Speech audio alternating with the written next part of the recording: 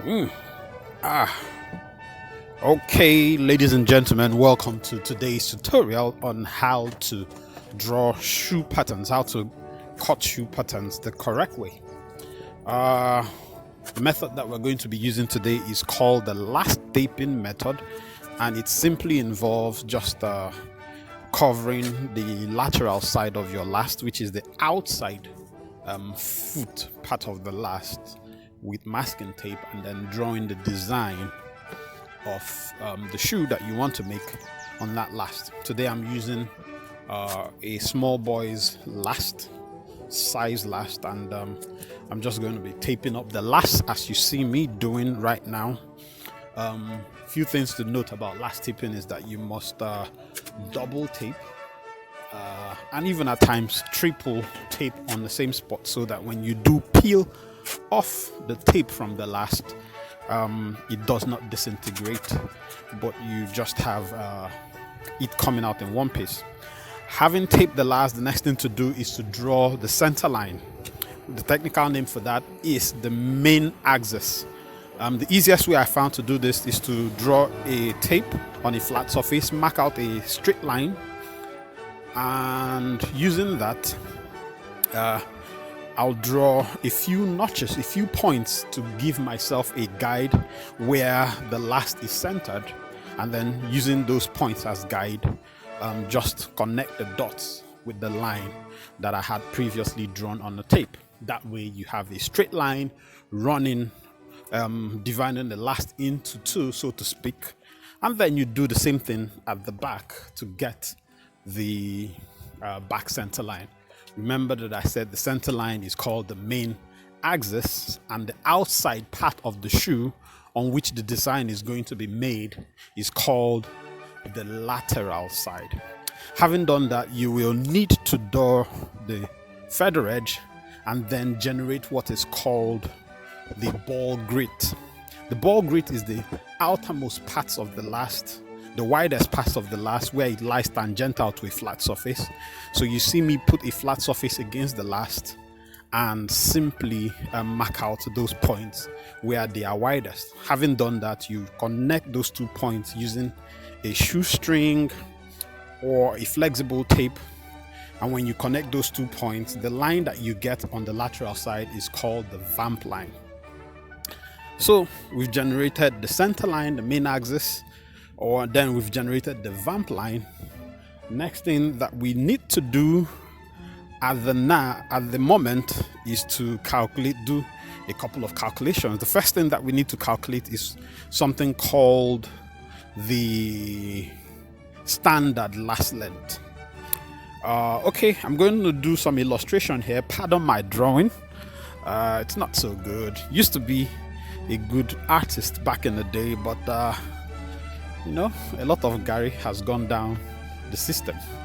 Okay, so calculating the center line. So if that's your shoe and that's your center line right there, the standard last length, or the SL, is the line that runs from the back like so up to the tip of the last like so. See that? When you measure that distance, you get what is called the standard last length, or SL. In the case of this last, that is 22 cm. As we go along, I'll show you why getting the correct standard last length is very important. In fact, let me just go ahead and tell you. You need to calculate another point at the back of the last, which is called the counterpoint, or CP. And the measurement of the counterpoint is just basically 1/5 of the standard last length. So 1/5 of 22 in the case of this last will give us, I think, about 4 cm or 4.25 cm thereabout. So you calculate that, and then you get the counterpoint, which you mark from the base of the center line at the back up on that center line towards the tip of the cone.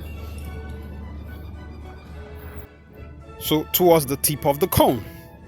So like I said, on this last, it is 1/5 of 22 and that's about 4.1, 4.2 cm.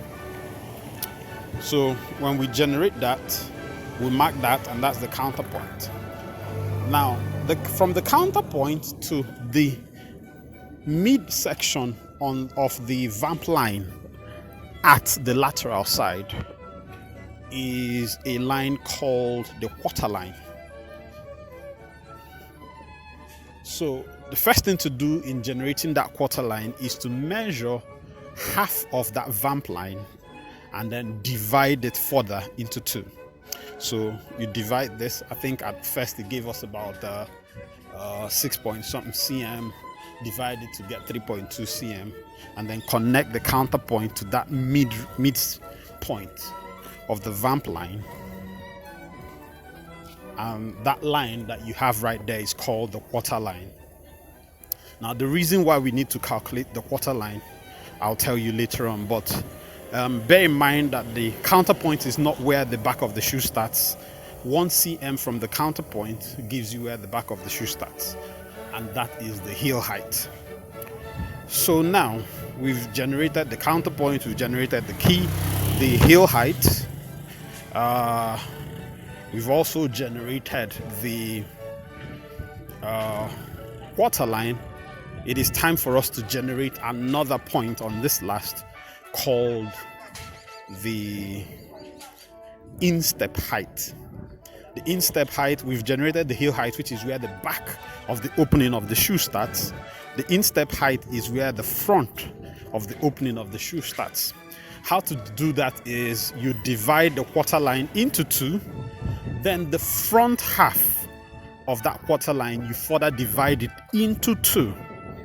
From that point at a right angle going towards the main axis or going towards the center line in front will give you the position of the instep height.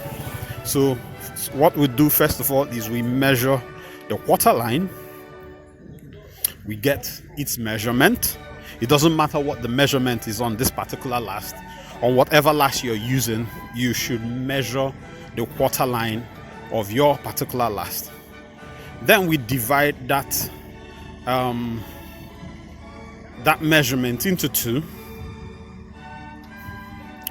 When we divide it like so, we will mark out the mid point. So that's the division into two. So you mark it out, dividing it into two. The front part of that quarter line, you further divide that into two. I hope you're following what's going on here.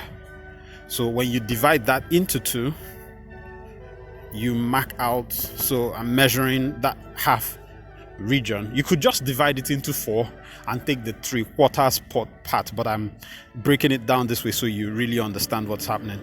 So you mark that front part, divide it into two once again, and then from that position, if you mark a right angle, you notice that this ruler is a right angled ruler. If you mark a right angle towards the center line in front, that will give you the opening point in front. So from there, you could just draw your arc, joining the line that runs from the heel height towards the vamp line, like so. So you draw that opening, and that will be the opening of your shoe.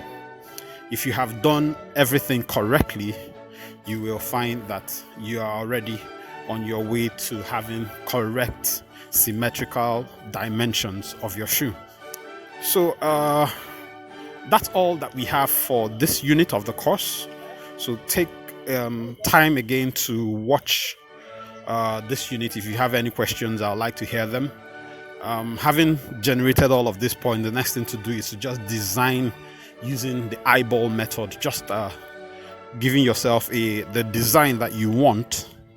Just design it on the shoe. So in the next lesson, we would actually design an Oxford on another last, but in the meantime, just take time, enjoy, and note all of the points. You must not miscalculate any of those points so that you have a symmetrically aligned shoe that fits. Thank you very much.